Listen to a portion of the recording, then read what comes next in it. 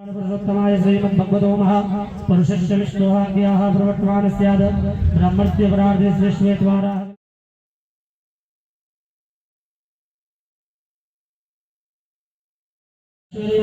सुख सौभाग्य ओम लक्ष्मी नारायणाभ्यां नमः ओम उमा महेश्वराभ्यां नमः। नमस्कार, जय हिंद, जय भारत। मैं प्रदीप और आप देख रहे हैं बेहतर संवाद। भिलाई में यूं तो आने वाले 12 सितंबर से लेकर के 20 सितंबर तक जो है अंतर्राष्ट्रीय कथावाचक जो है राजन जी महाराज का आगमन भिलाई की पावन धरा पर होने जा रहा है। और आपको बता दें, इससे पहले पंडित प्रदीप मिश्रा का भिलाई आगमन हुआ था, चिन्मयानंद महाराज का भिलाई आगमन हुआ था, और आप इस बार जो है राजन जी महाराज का जो है भिलाई आगमन हो रहा है। और बुलाने वाले जो है भिलाई वासी है, परंतु जीवन आनंद फाउंडेशन के जो संस्थापक विनोद सिंह के माध्यम से जो महाराज का आगमन यहाँ पर हो रहा है, और उसको लेकर के आज जो है भूमि पूजन का कार्य जो है संपन्न हुआ। आप देख सकते हैं जो केसरिया ध्वज को यहाँ पर लगाया गया, बगादा पंडित जी के द्वारा भूमि पूजन किया गया। और भूमि पूजन के दौरान जो है तमाम यहाँ पर लोग उपस्थित थे। विधायक रिकेश सिंह यहाँ पर मौजूद थे, समाज सेवी इंद्रजीत सिंह छोटू थे, और शुरू हो चुका है।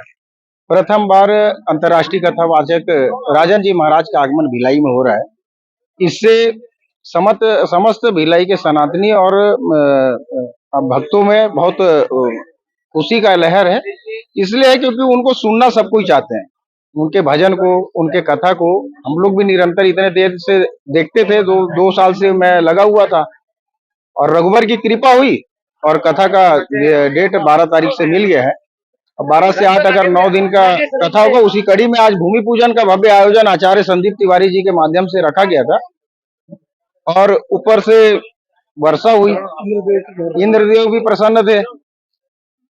उसके लिए यही बोलना चाहूंगा, जिसके साथ श्री रघुनाथ, तो उसको किस बात की चिंता। तो हम लोगों को चिंता नहीं करना है, सब लोग कथा का आनंद उठाएंगे और भव्य कथा का आयोजन भिलाई में होगा। बड़ी संख्या में समाज सेवा से जुड़े हुए लोग भी मौजूद रहे, और विधायक भी है, और भी लोग आ रहे हैं।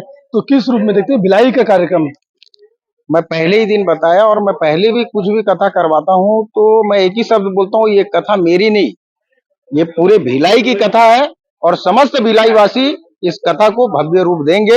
9 दिन तक यह कथा का रसपान करेंगे आज। और बड़ी संख्या में लोग आए थे। राकेश पांडे जी हमारे साथ है। भूमि पूजन हो गया, आप भी पहुंचे, तमाम जो लोग हैं, क्या कुछ कहना चाहेंगे? राजन जी महाराज जो है पहली बार भिलाई आ रहे हैं। हमारे इस बात नगरी के लिए बहुत गौरव का विषय है, और सबसे बड़ी बात यह है कि ये आयोजन जो है माननीय विनोद सिंह जी के सानिध्य में, उनके संयोजन में हो रहा है। हम सभी अपने आप को सौभाग्यशाली मानते हैं कि हम सभी को इस प्रकार की कथा सुनने का अवसर लगातार मिल रहा है। और आपने पहले भी माननीय मिश्रा जी की कथा कही थी, और हम सभी को इस बात का बहुत ही गौरव है। मैं सभी को बहुत शुभकामना देता हूं, और मैं लगातार इस कथा में कोशिश करूंगा कि हर दिन उपस्थित रहूं। जी, लगातार भिलाई में पंडित प्रदीप मिश्रा आए थे, चिन्मयानंद महाराज आए थे, अब राजन जी महाराज आ रहे हैं। तो भिलाई की भूमि को किस रूप में देखते हैं? देखिए, हमारा भिलाई पूरे भारत की संस्कृति को अपने आप में समेटा हुआ है। हर प्रांत, हर धर्म के लोग यहाँ पर निवासरत हैं, और निसंदेह हर समाज का योगदान कहीं न कहीं मिलता है। इसलिए हमारे भिलाई में अच्छा एक चीज और भी है कि हमारे पास में सुविधाजनक स्थान और साथ ही साथ बहुत अच्छा आयोजन करता होने से हम सभी भिलाई नगरी वासियों को इसका लाभ मिलता है। भैया के द्वारा भव्य भूमि पूजन आज रखा गया है, जिसमें बहुत से लोग शामिल हुए थे, और पूज्य राजन जी महाराज जी यहाँ आ रहे हैं, तो ज्यादा से ज्यादा भिलाई के सदस्यवासी ने आकर उनका आशीर्वाद लीजिएगा। बस यही चाहती हूँ। जय श्री राम। जय श्री राम। पहले तो मैं टीना सातपुते। बहुत अच्छा आयोजन होने जा रहा है। पहले भी विनोद भैया ने प्रदीप मिश्रा जी को बुला के सबको दर्शन करवाया था, आशीर्वाद कराया, इतने बड़ा महायज्ञ कराया था, कथा करवाई थी। वैसे ही इस बार भी राजन जी महाराज की कथा होने जा रही है। तो मैं आप सभी से निवेदन करती हूँ, ज्यादा से ज्यादा संख्या में आए, आशीर्वाद ले। धन्यवाद। देखिए, हम लोग कोई भी सबसे पहले तो सभी लोगों को जय सिया राम। हम लोग कोई भी कार्य करते हैं, अनुष्ठान, तो सर्वप्रथम भूमि पूजन होता है, क्योंकि ये और यहाँ पे तो राम कथा होने जा रही है पूज्य राजन जी महाराज के द्वारा। तो कहाँ बैठेंगे? माता पृथ्वी की गोद में बैठेंगे। इसलिए आज माता पृथ्वी को कृतज्ञता व्यक्त की है कि माँ, 9 दिन हम आपके गोद में बैठ के कथा श्रवण करेंगे, और किसी भी प्रकार की कथा में व्यवधान न उत्पन्न हो। इसलिए आप उस व्यवधान से हमारी रक्षा करें, सुरक्षा करें, और निर्विघ्न ये कथा को परिपूर्ण करें। तो राम कथा क्या है? मंगल भवन अमंगलहारी, द्रवहु सो दशरथ अजर बिहारी। भगवान राम की कथा कलिकाल में अमृत के समान है और इस राम रूपी अमृत का जो रसस्वादन कर लिया, जो राम रूपी अमृत का पान कर लिया, वो उसका इहलोक तो तरता ही तरता है, अपितु परलोक भी तर जाता है।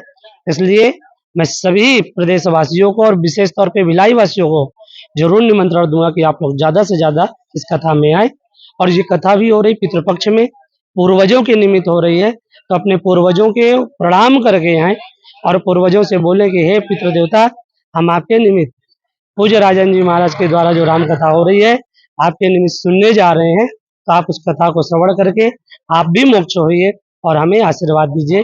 मैं इन्हीं शुभकामनाओं के साथ पुनः फिर से सभी लोगों को बोलूंगा कि आप लोग अवश्य इस कथा में आए और अपने जीवन को कृतार्थ करें। तो राजन महाराज जी आ रहे हैं तो हम लोग के लिए गर्व का विषय है और भिलाई वासियों के लिए धन्यवाद का विषय है कि वो आए और भिलाई की पावन धरा में अपने मुखारविंद से राम कथा को जलपान सभी को कराएं। ऐसा सोचता हूँ वो आएंगे, उनका बहुत बहुत धन्यवाद है, उनका स्वागत करता है भिलाई। जी महाराज आ रहे हैं। जय श्री राम भैया। अंतर्राष्ट्रीय संत, उच्च कोटि के राम कथा के जानकार, परम पूज्य राजन जी महाराज का छत्तीसगढ़ की इस धरा में भिलाई की पावन भूमि में आगमन हो रहा है। 9 दिवसीय इस राम कथा में अपनी अमृत वाणी से वे हमें धर्म प्रेमी जनता को रसास्वादन कराएंगे। आपके माध्यम से क्षेत्र एवं आसपास के सभी धर्मालु परिवारों से मेरा निवेदन है कि महाराज जी का पहला ये भिलाई में आयोजन है, हम सब में मिलकर उनके सुने और उनसे राम के विषय में जानकारी प्राप्त करके राम के पथ पे चलने का प्रयास बात करें। करेंगे। महाराज जी आ रहे हैं, राजन जी महाराज क्या कुछ कहेंगे?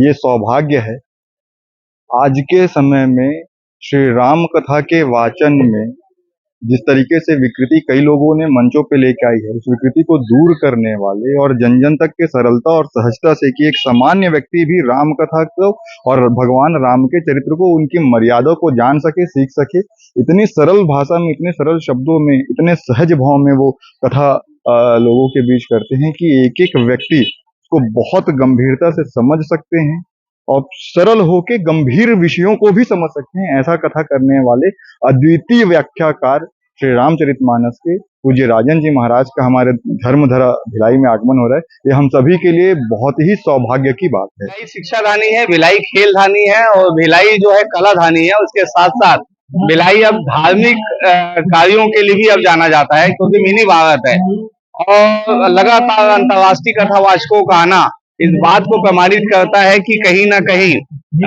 धर्म के प्रति लोगों में एक जागरण आई है।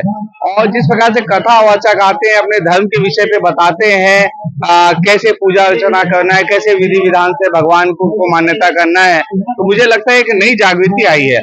आप देखेंगे जो राजन महाराज आ रहे हैं, उनके जो भजन है, वो भजन के लिए लोग इंतजार कर रहे हैं। घर में, किचन में महिलाएं जो गुनगुनाते रहती है, वो भजन में अपने मंदिरों में गुनगुनाते रहती है। बहुत महान कथावाचक है और कभी विवादों में नहीं रहे। तो ऐसे कथावाचक का भिलाई की धरती पे उनका स्वागत और अभिनंदन है। राम जी की कथा सुनाने आ रहे हैं। राम जी की कथा सुनाने आ रहा, हम सबको सुनना चाहिए।